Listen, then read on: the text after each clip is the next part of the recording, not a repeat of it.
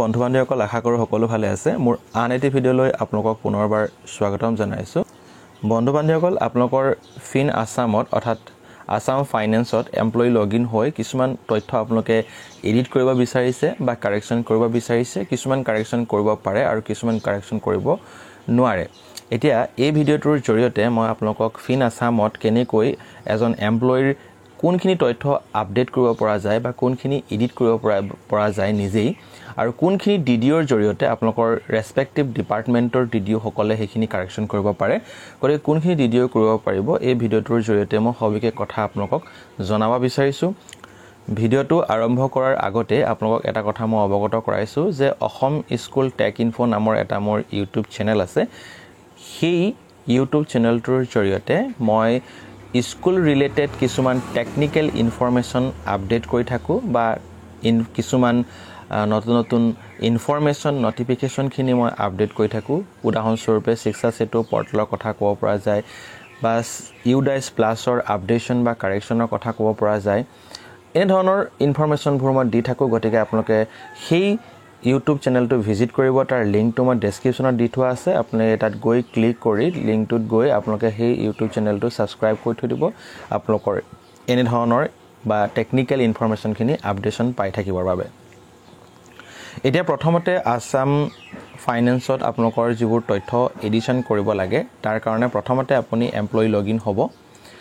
employee login হ'বৰ কাৰণে আপোনালোকে ইয়াত মোবাইল নাম্বাৰ যেটো মোবাইল নাম্বাৰ দি আপোনালোকে ৰেজিষ্ট্ৰেচন কৰিছিলে হে মোবাইল নাম্বাৰটো আৰু লগতে যেটো পাসৱৰ্ড আপুনি ক্ৰিয়েট কৰিছিলে হে পাসৱৰ্ডটো আৰু ক্যাপচাটো এন্ট্ৰি কৰি প্ৰথমতে লগইন হৈ ল'ব লগইন হোৱাৰ পিছতে আপোনালোকৰ এনে ধৰণৰ কিছুমান ইন্টাৰফেস ওলাব ইয়াতে যিখিনি কাৰেকচন কৰিবলগীয়া থাকে আপোনালোকে সকলোখিনি পাই যাব তো আপুনি প্ৰথমতে পাৰ্সোনাল ইনফৰমেশন খিনিত যদি চাব বিচাৰে তো পাৰ্সোনাল ইনফৰমেশনটো ক্লিক কৰিব ক্লিক কৰাৰ লগে লগে ইয়াত সকলো ইনফৰমেশন খিনি ওলাই থাকিব কিন্তু ইয়াত আপোনালোকে কেটামান ইনফৰমেশন এডিট কৰিব নোৱাৰিব যেটো হৈছে জেনাৰেল ইনফৰমেশন আৰু এই জেনাৰেল ইনফৰমেশন খিনি এডিট কৰাটো আপোনালোকৰ ডিডিঅ' সকলেহে পাৰিব গতিকে ইয়াত আপোনালোকে একো কাম কৰিব নোৱাৰে যদি আপোনালোকৰ এইখিনিৰ ভিতৰত যদি কিবা এডিশন কৰিবলগীয়া আছে ধৰি লওক আপোনাৰ নেম কাৰেকচন আছে পেনশন কেটেগৰী এনপিএছ বা জিপিএছ নাম্বাৰ বা পোষ্ট ৰিলেটেড কিছুমান ইনফৰমেশন আপুনি যদি ভুলকে যদি এন্ট্ৰি কৰি দিছে তেতিয়ালে হেখিনি কাৰেকচন আপুনি নিজে কৰিব নোৱাৰিব হেতু কাৰেকচন ডিডিঅ'ৰ জৰিয়তে কৰা হয় ডিডিঅ' হাই স্কুল যদি হয় ডিডিঅ' সকল হাই স্কুলৰ হেডমাষ্টাৰে হয় বা যদি আপুনি এলপি বা এমই স্কুলৰ হয় তেতিয়াহলে আপোনালোকৰ ব্লক লেভেলৰ যিখিনি অফিচিয়েলছ থাকে তেওঁলোকে হেখিনি কাম কৰিব পাৰে ইয়াত এতিয়া আহিলে পাৰ্সোনাল ইনফৰমেশন তো পাৰ্সোনাল ইনফৰমেশন যদি আপুনি চাই ইয়াত আপোনালোকে কিছুমান বস্তু কাৰেকচন কৰিব পাৰিব যেনেকৈ ধৰি লওক আপোনাৰ ডিপেন্ডেন্ট ডিপেন্ডেন্টৰ যদি কাৰোবাৰ নাম যদি কাৰেকচন কৰিবলগীয়া আছে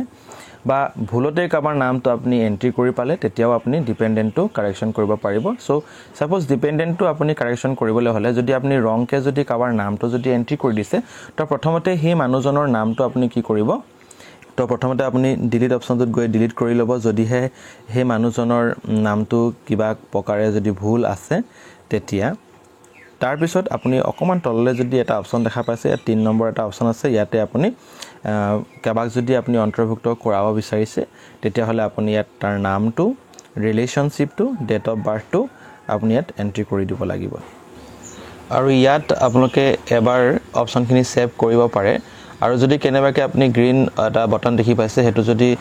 ক্লিক কৰি দিয়ে অৰ্থাৎ ভেৰিফাই কৰি দিয়ে তেতিয়া আপুনি আকৌ এডিট কৰিব নোৱাৰিব গতিকে প্ৰথমতে আপুনি সকলোবোৰ ইনফৰমেশন ভালদৰে চাব তাৰ পিছতে ভেৰিফাই কৰিব আৰু আপুনি ডিপেন্ডেন্সৰ নামখিনি কাৰেকচন বা এড কৰিব পাৰিব আপোনালোকে এড্ৰেছখিনি ইয়াত অন্তৰ্ভুক্ত কৰিব পাৰে এড্ৰেছখিনি এন্ট্ৰি কৰিব পাৰে ঠিক আছে এড্ৰেছখিনি এন্ট্ৰি কৰি আপুনি একেবাৰে হেকত আহিলে সেভ অপচনটো আপুনি ক্লিক কৰি সাবমিট কৰি দিব পাৰিব জেনাৰেল ইনফৰমেশন আৰু মেডিকেল ৰিলেটেড ইনফৰমেশনটো গ্ৰীন টিক হৈ আছে তাৰ মানে এইখিনি অলৰেডি ভেৰিফাই কৰি দিয়া হৈছে গতিকে এইখিনি ইনফৰমেশন আপোনাৰ যদি জেনাৰেল ইনফৰমেশন যিখিনি ভেৰিফাই অলৰেডি কৰি দিছে সেইখিনি আপোনালোকে কাৰেকচন বৰ্তমান আপুনি কৰিব নোৱাৰিব আপুনি হেতু ডিডিঅ'ৰ জৰিয়তে কাৰেকচনটো কৰাই ল'ব আশা কৰো ভিডিঅ'টোৰ জৰিয়তে আপোনাৰ যেটো ডাউট আছিল সেই ডাউটটো ক্লিয়াৰ হৈছে ভিডিঅ'টো সম্পূৰ্ণ চাই ধন্যবাদ থ্যাংক ইউ ফৰ ওয়াচিং